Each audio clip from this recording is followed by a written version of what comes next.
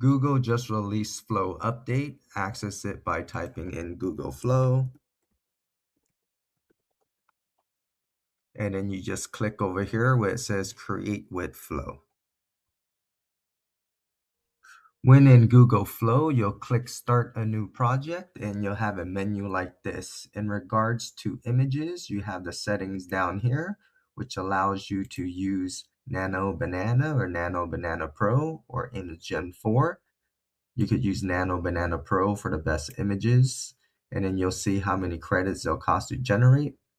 Since I have the Google AI Pro membership, it costs 0 credits to generate images. And over here, you have image or video, landscape or portrait, and then this is the amount of images you want to generate with your prompt. So we'll click 2 for now, and then generate an image. So we're going to prompt Flow to create a thumbnail on how to use Google Flow.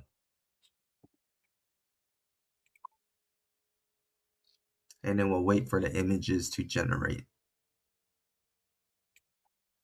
So now that the images are generate, we'll go over a useful tool that the new Google Flow has. So we'll click on this image over here.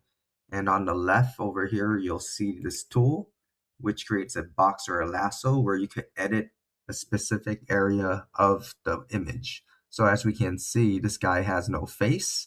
So we could use the box or the lasso tool to highlight the face, and then we could make edits to the face over here in the chat menu. So we're going to prompt this character is missing a face, add a full face with eyes, nose, and mouth, and then have Flow edit the image.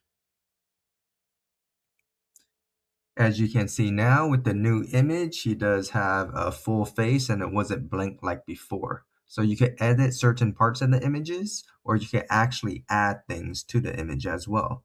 So if we go back to the tool over here, this time instead of lasso, we'll pick box. And let's say we want to add a random object over here. We could just prompt it, and let's just say we will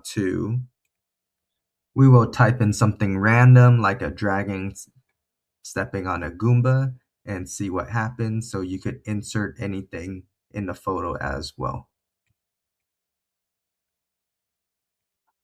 So now we have this photo of a dragon stepping on a Goomba that we inserted using the new Google Flow tool that lets you specialize the areas where you want to edit.